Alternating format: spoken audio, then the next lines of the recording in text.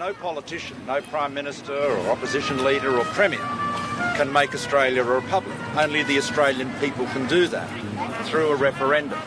And so there needs to be very strong popular momentum for a change.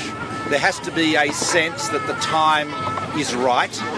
You know, this is not there are many more urgent issues confronting Australia and indeed confronting the government than the momentum or the desire for Australia to become a republic.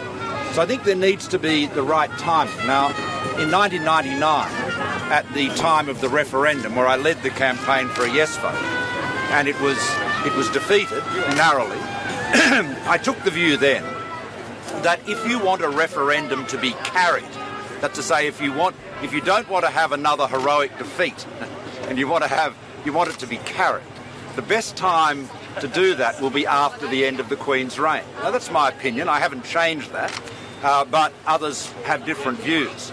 But really what we'll have to see is whether there is enough popular momentum, whether it really becomes a front of house issue, a key issue, as it was in the late 90s. And so it really depends on the Republican movement and other people to drive that.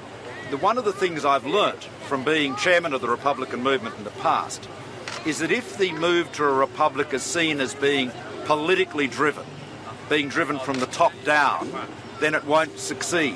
To get momentum, and frankly there was more momentum in the late 90s than there is now, needs to have grassroots support. It is not something that a government can just do, even if it wanted to. So I can't stress enough that this is a decision for the Australian people. So yes, I welcome support, and yes, the government, my government, will obviously monitor the strength of that support, and I have no doubt in the future there will be another referendum and the matter will be decided as it should be by the Australian people. But the timing of that referendum has to be right. I can't stress enough. I've led a yes case for a republic into a heroic defeat once. I've got no desire to do so again. If you really are committed to Australia becoming a republic, then you want to be sure that the manner and the timing of the referendum is at such that it is successful and that it unites rather than divides Australians. So thank you very much.